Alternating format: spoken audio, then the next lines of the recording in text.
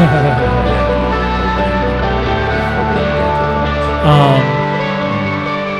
not saying. Have you guys seen the new Superman? And then us all saying no. No, we haven't seen it. Okay, well, let's just dive into it. Hello, Michael Vannon, and welcome to the Undertowers podcast. My name is Steven. I'm Daniel. I'm Sam. And we have a wonderful episode for you tonight. We are going to be discussing it's halfway through the year somehow. Somehow 2025 is halfway over, and good riddance, frankly.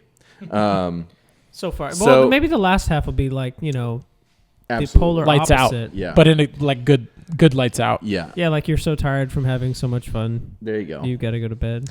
Lights out. But so here, reaching kind of the halfway point, we're going to discuss some recommendations, some things that we have been enjoying, maybe as a part of our book club, maybe outside of it, some other things that we've been doing. But everything that we're going to be talking today, except at the end where we'll have some things that we have disliked.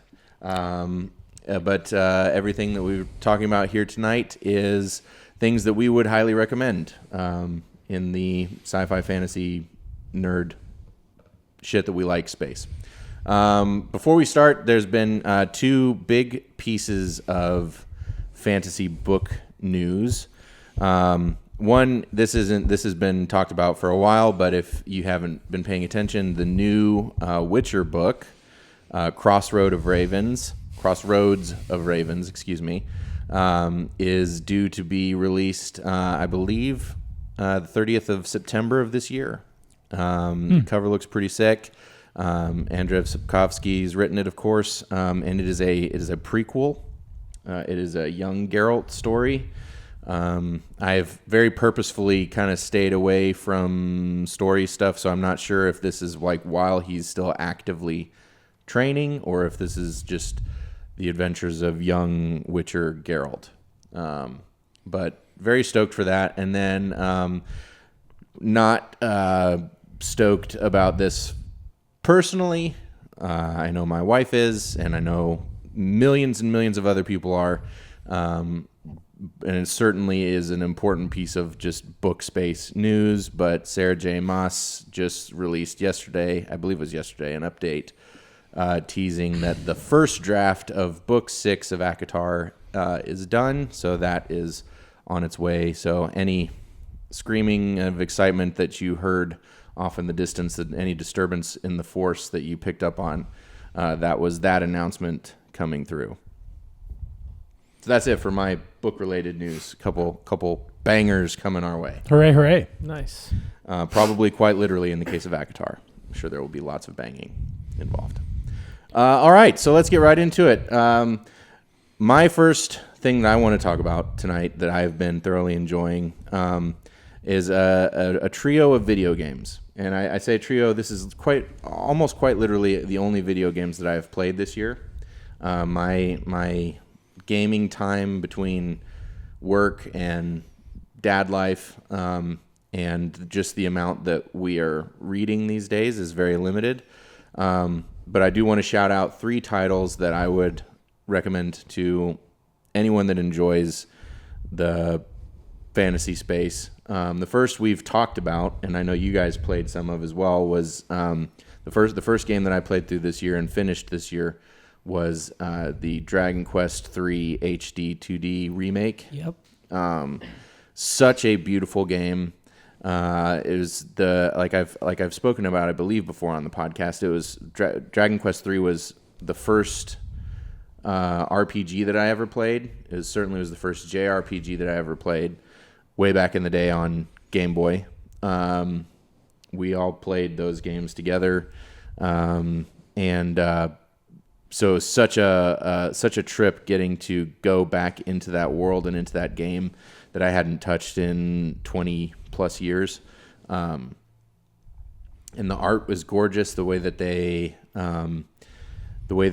completely redid the environments and the effects and everything to give it a modern feel while still keeping the little 8-bit sprites, but with absolutely gorgeous colors. And it was just such a beautiful game. And they also gave it some kind of quality of life upgrade, so it still is very much the same game, but it doesn't feel like a 30-plus-year-old game. It was just a joy to play. I suppose if you're not a fan of turn-based games, if you're not a fan of JRPGs, it's probably not going to be up your alley. But if you're looking for a cool way to get in touch with the original Dragon Quest games, I cannot recommend it highly enough. And the 1 and 2 HD 2D remakes are coming out, I believe, in November of this year. They did it in the reverse order because technically 1 and 2 are prequels. They take place before 3. So in chronological order, it goes 3, 1, 2. So those are coming out later. The second game that I wanted to talk about, this was a day one instant buy from me, and that was the Oblivion remaster, which kind of straddles the line between remaster and remake, like what is one, what is the other. I played Oblivion nonstop in 2007 when it was released on PlayStation 3. And that was my introduction into the Elder Scrolls universe. Never finished the game. I never finished like the actual story. Really? But no, I didn't. But I put hundreds of hours into it, and Did you not finish? Well, it's just it's I just fell down the Elder Scrolls holes of you start doing every single side quest and exploring every single nook and cranny. I can see. And then you want to start a different character because you want to do a different play style or a different build or something, and so. But it introduced me to a whole new realm of gaming. It's the game that I regrettably found out that you could fast travel in. I had no idea for the first several months of playing that game that you could fast travel. You were just riding a horse across the map? But here's the thing: is I was perfectly content. I was perfectly content to not fast travel. But what happened if you saw a bear? Did you just have to fight it? Just have to fight it, or just run until it stops following you, dude. But just I would have missions all the way on the bottom of the map, and I would just go do the mission and then go all the way back up to deliver it. And that'll increase your game time a lot. Yeah, and I was so content until somebody just happened to mention offhanded, like, oh yeah, the fast travel system. I was like, wait, what? And it broke something. Yeah. And I've never been able to. I'm surprised you didn't expect that, because you played even Dragon Quest has fast. I know. But that's not an open world kind of thing. That's you have to do that to get in and out of different places. I guess you could sail your little boat around. And I've tried to recreate that in essentially every single open world game that I've ever played since, and I've only been able to do it twice. Right. Witcher 3. I very rarely fast traveled in. And then Red Dead 2. Yeah, that I think one in the entirety of the hundreds of hours I've played Red Dead 2, I think I only fast traveled twice, and both of those times it was just to get back to camp to save the game. Yeah, well, if you don't in that game, you do come across the legendary animals a lot easier. Yeah. And there's so much, and also is just wanting to explore, and that was the thing with me the first time I played Oblivion, especially, was just that wanting to explore. And it was it was one of the first times that I felt so totally and utterly immersed in a game. Mm-hmm. Yeah.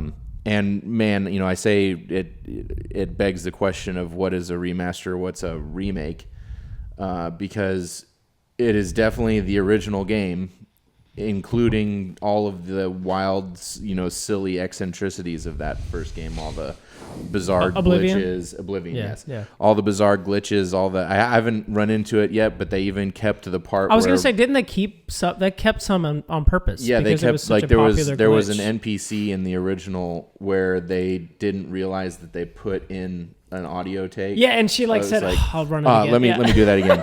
And they kept that in for the remake. Yeah, it's so good. So they so deftly captured the spirit of the original game, but the graphics are, they compete with what else is out there right now, as if it was built from the ground up, which I assume it was in a lot of cases. So yeah, that and it was fun the lead up to that, because it was never officially announced that it was happening, but then all these rumors started, online of, hey, I think there's an Oblivion remaster coming, and nah, it's not coming. And then these screenshots started popping up, and nobody knew if they were legit or AI or whatever. And then I think it was either the day of or the day before Oblivion, the eventual release, Bethesda put out a video like, oh, hey, it's true, we're doing this.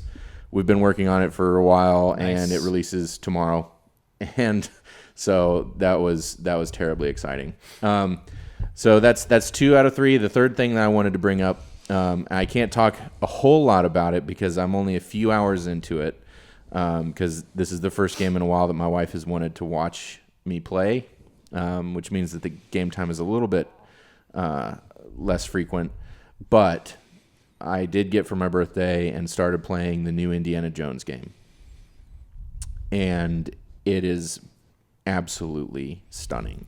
It is the best Indiana Jones anything since Indiana Jones and the Last Crusade. Hands down. The intro tutorial level that you frequently have in video games is literally just the opening sequence of Raiders of the Lost Ark. Like down to literally, starting with the mountains in the distance that the Paramount logo turns into. Very cool. And then, everything from going into the temple and getting the idol and running away from the boulder, all of that. It's shot for shot remake of that opening scene. Brilliant way to teach you how to play the game.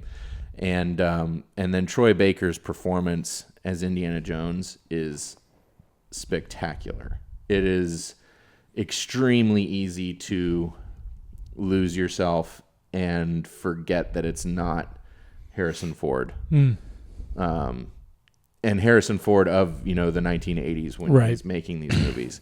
Right. It's just phenomenal, and the gameplay is spectacular. I'm enjoying it so much. So those 3 video games, if you love video games, those are 3 recent games that I cannot recommend highly enough.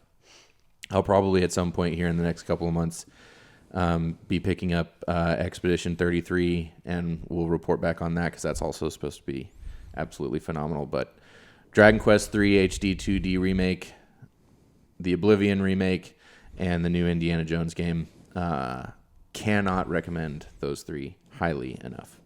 So that's my recommendation numero. Well, what are you playing those on? PlayStation 5. Nice. But I believe that all of those are available on whatever you want to play them on. Not Switch though. Switch? Dragon Quest is on Switch, Yeah, I believe. yeah. Let me see.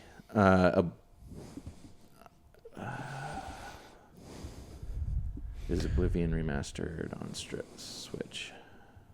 I mean, Skyrim is on Switch, because I have that. Does not look like it's on there yet. Okay. But I wouldn't be surprised if they ported it to Switch 2. Yeah. And then let's see, Indiana Jones.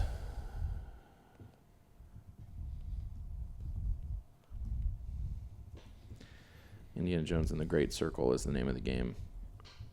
In the Circle of Life.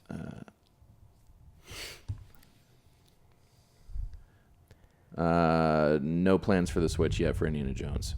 So that's Xbox, PC, and PlayStation 5 for Indiana Jones and the Great Circle. And what's hilarious is Bethesda was bought by Microsoft a couple years ago.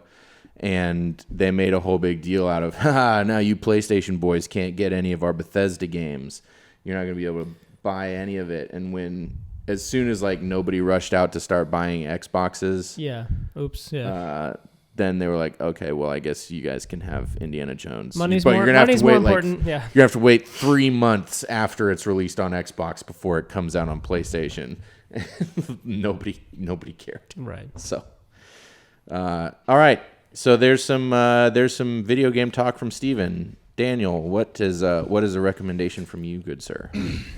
My recommendation is a show my wife and I just watched in the past week or two. It's actually a show that came out in 2016, so it is not recently out, but it did just get announced that it's going to have a season 2, Nice. which is why I think it was in our little digital TV thumbtail. But it's The Night Manager, which is a... What? Yeah. With Hiddleston? Hiddleston, yeah. They're making another one? They're making another one. That show is awesome. You watched it? Okay. Yeah, that first one with, what's her face? Elizabeth Debicki. She's and Olivia amazing. Colman. Yes. I mean, and he's obviously... Yes.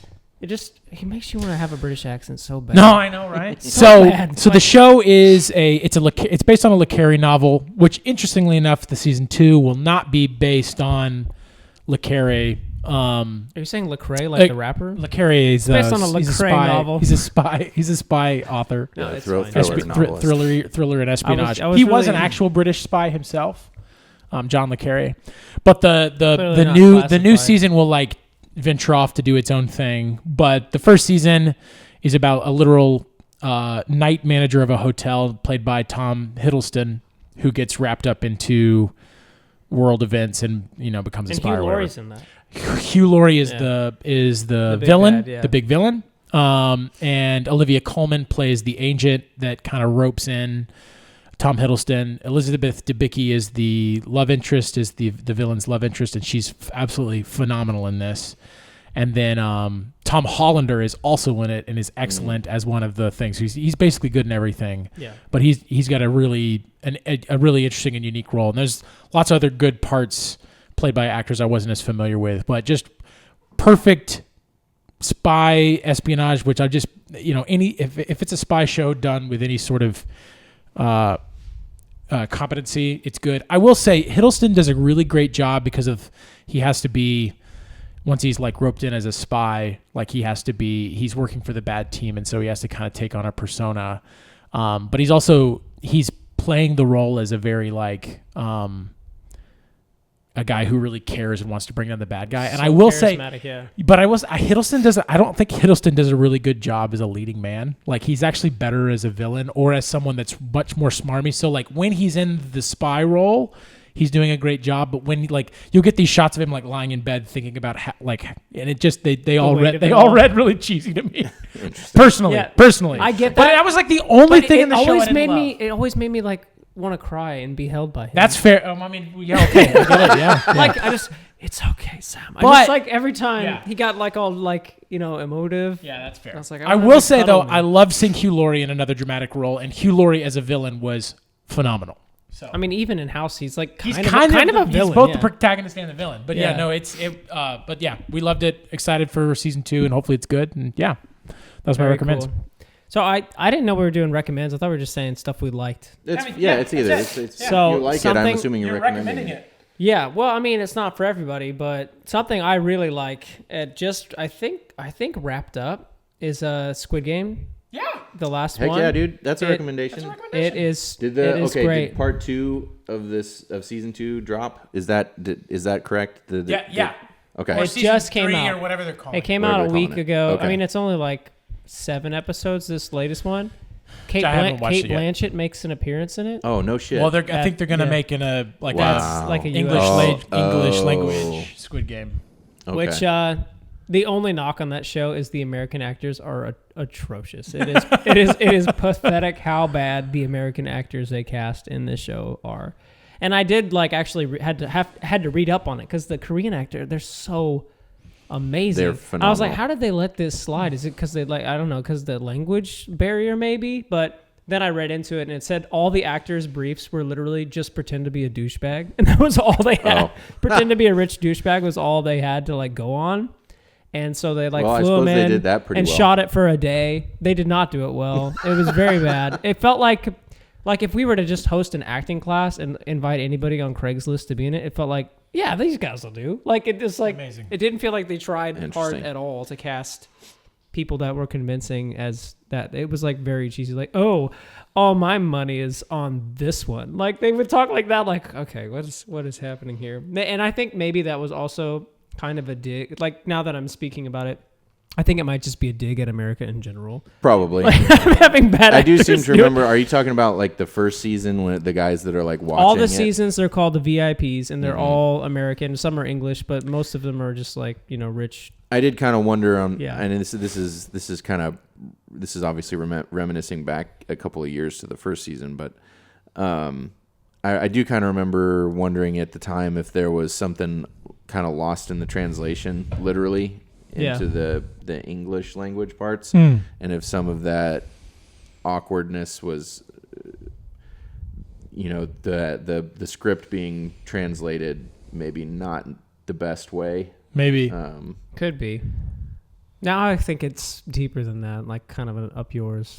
Yeah, maybe. But I don't know. Probably because quite the whole show is basically an up yours. But I haven't continued past season 1. But you'd recommend everything that comes next? It's the only show that I've watched in the only television show I've watched in probably the past couple of years that's brought me to tears. Wow. Multiple times in episodes, and it's it's just the exploration of humanity in a very supposedly innocent context, what is it, device, the games are very childish, but the stakes are life and death, and so it's really interesting to see if your school experience or recess experience actually had life or death consequence. It's just such a great... I watch very little TV on my own, and Jen watched my wife watched the first season with me, and I think enjoyed it in the end, but was pretty mixed on a lot of it with the really intense violence. So we've not really, she's not wanted to return to it, although we haven't actually talked about it. So it's very disturbing. But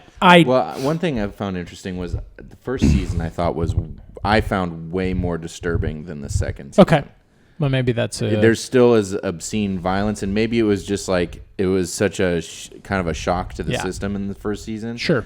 But and it also was, I felt, by the end of it, I felt like they did a really good job with season 2 of trying to not do the exact same thing, because that was a concern of mine. While still having to go back. They have to do another thing. You still have to go through the games and everything, but the stakes are completely different. Right. And so, I don't know, for whatever reason, it wasn't that I didn't connect with the characters in the same way, but it was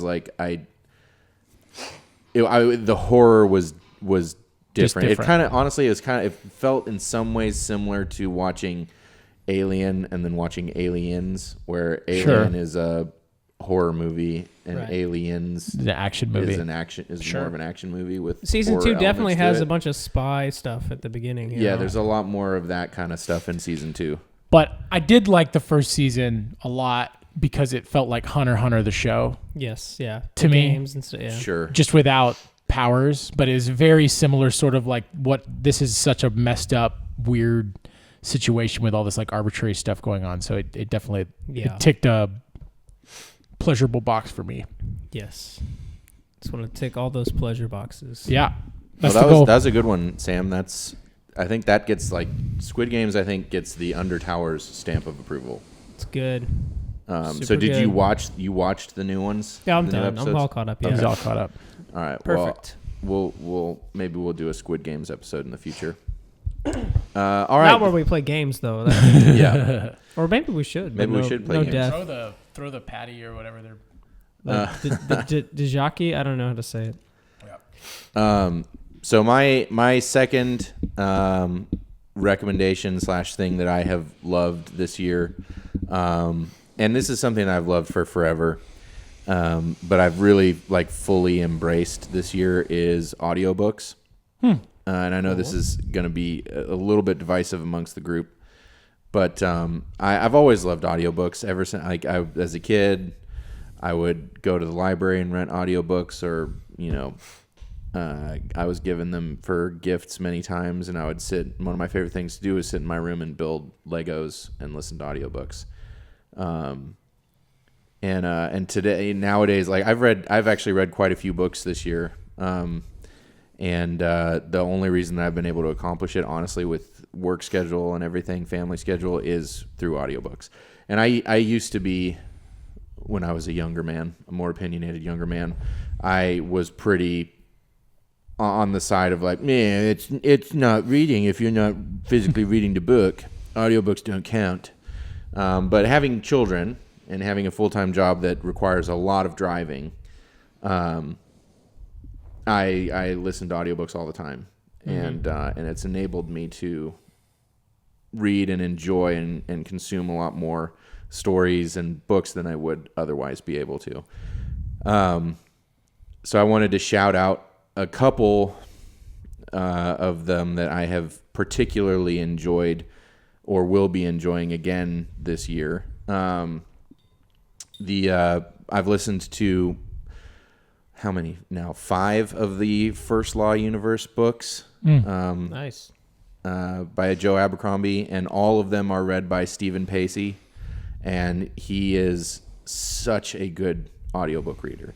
And that's something that this is such an obvious statement, but whoever's doing the audiobook will make or break the book. It doesn't matter how good the book is. If it's read by someone that's not doing a good job, then the audiobook is not going to be enjoyable, not going to stick with it. But Stephen Pacey is, and I'm far from alone in saying this, is kind of the voice of the First Law universe now. I sent you guys a meme, I think, of doing what we did last episode with the Lord of the Rings casting, but it was First Law casting, and it was all of the characters in the books, and every single one of them with Stephen Pacey's name and face over them, because it's kind of hard to separate the characters from his voice, which is fun. And then, of course, I listened to these last year. This is going to become an annual thing for me, probably around the holiday season. Is the Hobbit and Lord of the Rings trilogy read by Andy Serkis. He is obviously not a professional audiobook reader, but he is such a phenomenal actor. He does something like 100+ different voices, and keeps them throughout the whole thing. Even if you haven't encountered that character for a long time, he manages to get back into it. And the love and the heart that you feel in the movies from Serkis and that original crew of people is just all throughout these audiobooks. You can just, the love for these stories literally just pops off the page into your ears. It's such a joy to listen to. And similarly, another absolute joy to listen to, I just finished blazing through the Harry Potter series, read by Stephen Fry. Really? Okay. Yeah. That's fun. And it's Jim Dale, I think, is the gentleman that read the American versions first. Mm-hmm. He's great. Yeah, too. and I've heard nothing but good things, and I'll probably get those at some point and listen to them as well. Because, man, did I forget how much I freaking love the Harry Potter books. But I'd always wanted to listen to the Stephen Fry versions. I've been a big fan of Stephen Fry since I was a teenager watching Blackadder, and then QI and a bit of Fry and Laurie and all that amazing British comedy. And it was only last year, I think, that Audible started carrying the Stephen Fry Harry Potter books in the U.S. Yes. So I got all of them, and then this summer I've just blasted through them, and it's so good. Another one where he nails it completely and captures just the heart of that story. And then finally, one shout out I wanted to give, and this has been, I don't know if this audiobook is new or if it just has kind of gotten into the zeitgeist again because of the trailer dropping. But Project Hail Mary by Andy Weir, read by Ray Porter. When the trailer dropped, everybody was saying don't watch the trailer because I guess there's some massive spoilers. So I haven't watched the trailer for the movie yet because I hadn't read it yet. But I did just start the audiobook. I picked it up on Audible because everybody was saying online, if you haven't read Project Hail Mary yet, just do yourself a favor and pick up the audiobook because Ray Porter does such a phenomenal job. And I had already listened to a few books that Ray Porter had read, the Terminal List series, kind of a Tom Clancy Navy SEAL type thriller series, and he reads those. So I'd listened to several of those already and loved his work. And I'm only a couple chapters in, but it's phenomenal. So the Project Hail Mary Ray Porter audiobook is also a big recommend. So love it. So yeah, audiobooks. Cool. Hooray, hooray. My next recommend is a blog. It is a blog I very much like called Astral Codex 10 by Scott Alexander. Says it all. Says it all. Astral Codex 10 or 10. Tim? 10. I thought it was They 10 tried for it a like second. 9 times before, but the 10th one really Took stuck. off. Yeah. So he originally had a blog called Slate Star Codex, and moved over. It was like his own website. Moved over to Substack, and renamed the blog Astral Codex 10. But Scott Alexander is the one who writes it. And as far as like, it's a relatively large blog on Substack, but he's a former psychiatrist who has now become a writer. He's a full-time writer now, but he's a member of the so-called rationalist community. So it's lots of people that do lots of thinking, but he's really plugged into the things happening in AI and tech. But then he also just kind of writes about anything and tries to, and like takes a first principles approach to it. Right now they're doing a series of reviews by Astral Codex 10 listeners, and the quality of writing just from the people that read, or I said listeners, but readers that then write in, they'll give an award out when people will vote on them. There was one, there was a review of this like weird little private school in Austin, Texas called Alpha School, which is like really trying to rethink the way they do like learning and stuff. There was another one that was just literally a review of school as like a process, which was really interesting. But earlier this year, they did a big release called AI 2027, which basically was like hypothesized that the AI apocalypse could be upon us within the next couple years. Basically, high profile manufacturing of robots and all these sorts of things. Oh, nice. But it's based on actual data and potential possibilities, and so it's Lots of behind even the scenes better. from iRobot. pretty good stuff. Yeah, but it's They still watch the commentary too. Yeah. one of the best things I've read this year. But similarly, I wanted to recommend alongside that on Substack, you can listen to these. They're read. But if you're willing to wait a little while, there's actually a podcast called the Astral Codex 10 Podcast, which is made by a totally different person who just started reading the articles as a podcast.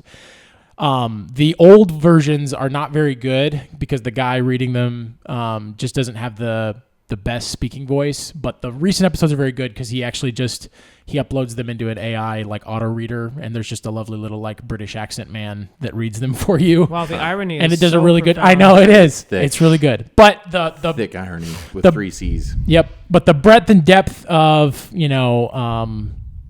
writing, especially on topics like AI that I find really interesting and want to know about because it seems like they're going to have a large impact on what's happening in the world. But then also there's just a breadth of things. Like he wrote about issues with the heritability in twins, and like talked about different studies of the way genetics work with twins and twin studies. So it's just constantly fascinating, constantly interesting, helps me think about the world. And so it's a blog I very much enjoy. Nice. Yeah. Nice. Cool. Like it.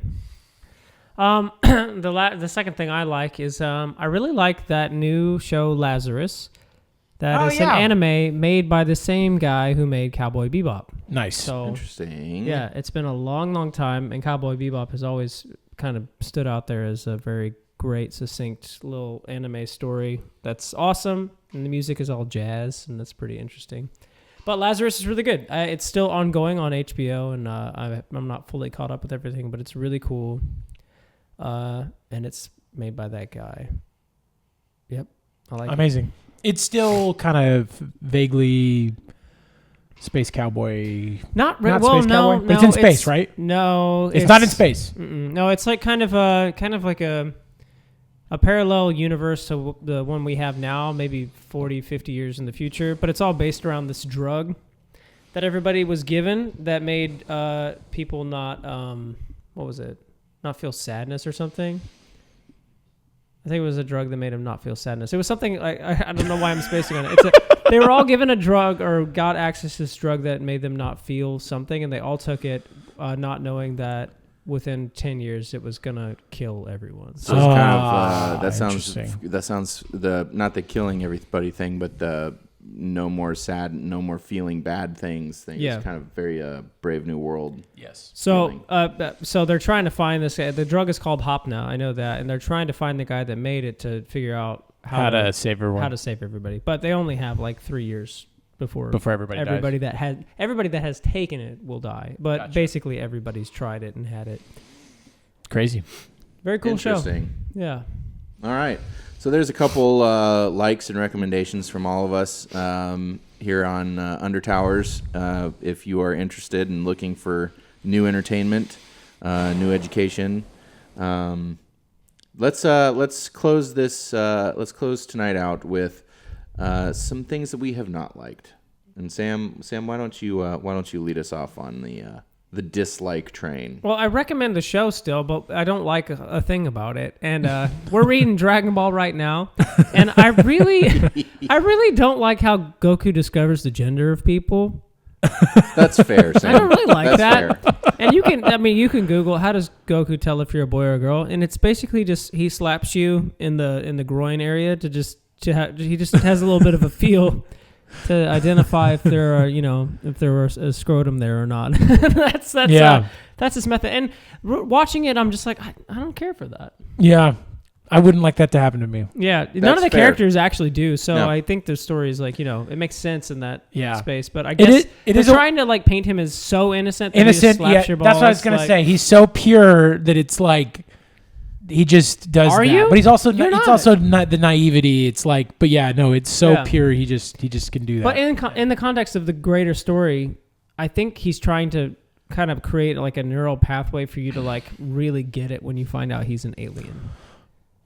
Sure. He's spoilers, Sam. He's not an Earthling. It is kind of a spoiler, I guess. The kid with the monkey tail is not human? No.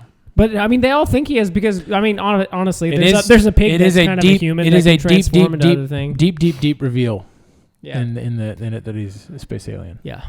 But I mean, if you just don't look at the poster. Don't look at the posters. Yeah. I don't like how that's a not like. Very fair. That is an extremely reasonable. Still recommend the show. Yeah, but 100%. Daniel, what have you been disliking? I dislike. I had a few things when we were talking about doing this on top of my mind, but my dislike is mosquitoes. Yep. And it's really, I will say, I've never liked mosquitoes. I don't like being bitten by mosquitoes.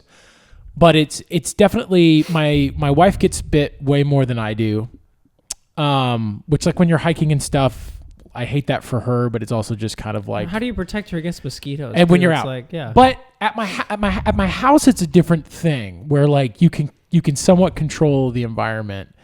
So just this year, I've been really trying and somewhat failing, somewhat succeeding in removing the mosquitoes, and I think maybe we finally made some progress. But there's been several technological purchases and changes, and I've changed the vegetation a few times, and we're gonna plant some mosquito-free plants. But like goodness gracious, I know, right? Yeah. Well, we're gonna plant some lavender and some other things that they don't like, but which is nice because those things all smell nice and look nice. So that's just like positives on positives. But I've been doing the mosquito dunk buckets where you get the BTI dunks and you drop them in the water. But then like I've been afraid I've been like giving them something to attract them to my yard. So it's like this weird sort of like.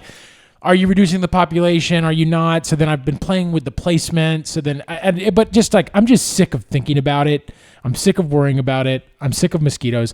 Yes, I guess in other countries, they're actually like a super, I mean, they are here too. You can get diseases from them here in America too. But I know they're actually serious where mosquito nets are like, necessary for survival. Although it also like they say you go camping out in, certain countries and like, you literally look up at your mosquito net above your face. It's just literally like lined with mosquitoes. It was never that bad, but when I did scout camp when I was a kid, that was one thing that we had to bring was 4 dowel rods that you would duct tape to your cot corners and then above your face on your sleeping bag. Yeah, above that.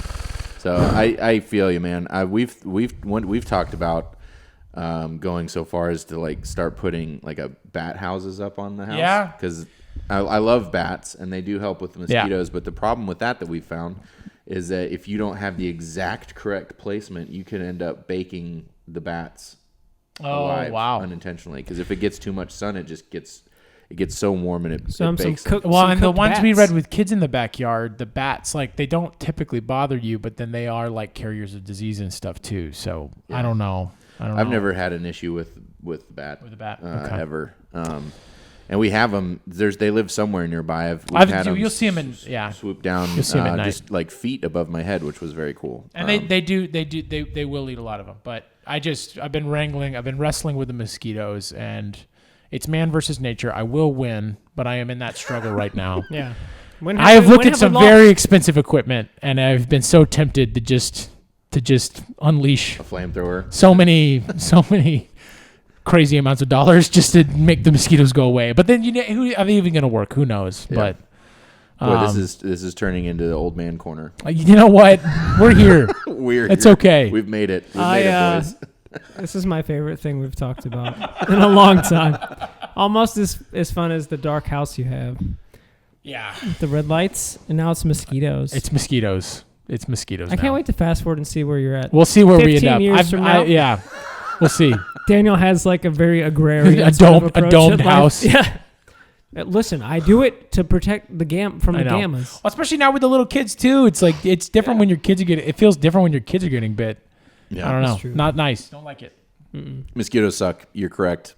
They do actually suck. That's what they do. They literally do. They literally suck. Two for two now on the completely justified dislikes. Yeah. Well, I'll go ahead since we've already gotten on the old man train. I'm gonna continue on to the next station here.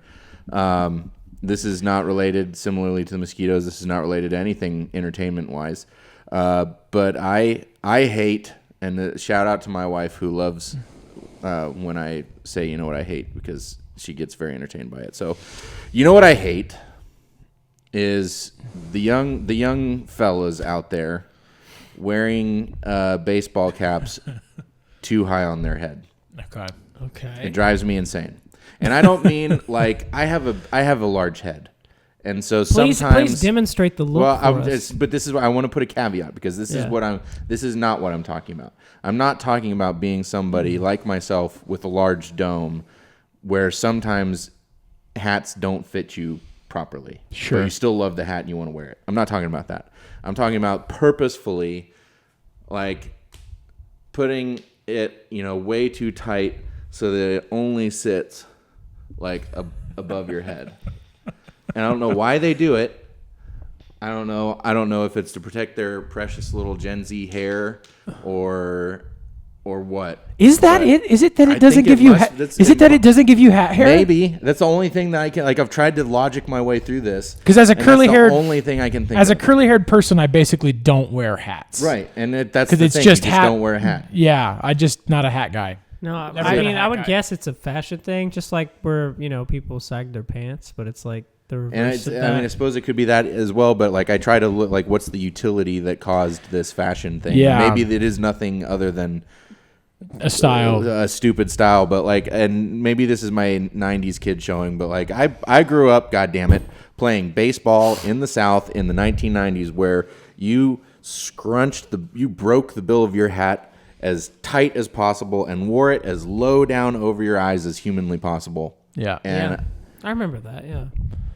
Flat bills are also well, maybe that was 10 years ago. Yeah. I mean, flat bills are still a thing and that bugged me, but wear whatever bill you want. Just put your hat down on top of your fucking head. See, when I was growing up, we wore our hats backwards like real men. Well, that's fine. That's fine too. But that's the thing is these guys wear them backwards and sitting up on top of their domes. I know. But and you wore it backwards, so you could run faster. Right. So it made you more aerodynamic. Yeah. Strong gust of wind with these guys with the hats high. And then you could play with yo-yos and write blank checks. Because that's what I did on Saturday. That's like. I was at the 90s kid's dream writing blank checks for my Pokemon cards. And as a 12-year-old, you tried to date an adult woman. That's what we did back in the 90s. That's what it was like back in the 90s. We wore backwards hats, and we dated adult women. That's what we did. No, we tried to. It did not pan out well for the ones that succeeded in dating older women. Starring Tom Hanks. Yes, but we were still young. It was big, but still little, all the way around. We weren't big, yeah. Well, anyways. So yeah, I know that's a dumb thing to get upset about. I get it, and though. maybe it's It just does- a symptom yeah. of how 2025 has been. That like it was just this is the thing that's broken me. It's brought it. I don't on. know. But I've seen it everywhere. We were out on the lake, We were. and there were some young douchebags out Yeah. there with their hat, and they kept looking at me because I think I was glaring at them. That doesn't. That is one that doesn't bother me as much because I'm not a hat wearer. I won't say I like it, but it's sort of a non-entity for me. Well, as a fellow whose hair is transitioning southward, hats are a necessary fashion piece, if for no other reason than to prevent my scalp from burning. I did see that they've made a discovery that there's like a certain type of sugar that'll make your hair regrow. Wow. There you go. There it is. And he tried it on the mosquitoes, but it didn't do Hairy anything. mosquitoes, but they can't bite you with it because the hair gets too big. Then he took it and he was just like, and then he took it and all of a sudden like, whoa, Yeah, it's verifiable. crazy. Well, that's interesting. We'll be following that. One man's with mosquito great poison, interest. another man's nair. Oh my god. But Nair takes it off. Oh, in reverse. I couldn't think of what's the other one? Hymns. Yeah. Well, careful. Well- now everybody's going to be getting Blue Chew I know, ads right? from listening to this podcast. Hey, I mean, if it gets us, it's worth it. Hymns, Blue Chew ads, whatever. Like and subscribe. Mosquito poison actually will grow your hair. Amazing. All right. Short and sweet. I love it. Let us know if you like this episode. If you liked any of the recommendations, we were thinking this is Or if probably you a don't fun. like it. Let us know. Keep it to yourself if you don't like it. But But comment a lot. Like comment comment- 20 comments times. So- too many times. If you don't like it, you can write us a letter. If you email us, I'll give you my address, and you can undertowerspodcast@gmail.com. I'll give you my address. You can write me a letter. Yes, you will have sent me an email to then send me a letter, but that's fine. It's fine. But we will. Because it shows how much you We don't will like receive it, your letter, write negative feedback on it, and half of them I'll burn and half of them I'll read. So Yep. But he'll use it But to you try to don't kill know. the mosquitoes because he hasn't tried that smoke. yet. I'm trying to smoke Trying out to the smoke 'em out. mosquitoes. Yeah, with hate mail. That's the next step. Yeah, the hate mail. Actually, the hate in the letter will it really will drive you're like, them away. Oh, I don't want to suck Perfect. that. The bad vibes. Perfect. So send bad vibes Daniel's way. For mosquito But let us know purposes. what are some things that you've been enjoying this year. What are some things that have been driving you crazy this year, entertainment related or otherwise? And if you haven't already, if you like the show, give us a like and a subscribe. Leave us a comment. Send us to your nerd friends. You can find us on Instagram, TikTok, all the places. And we will see you next time. Hooray. Good morning.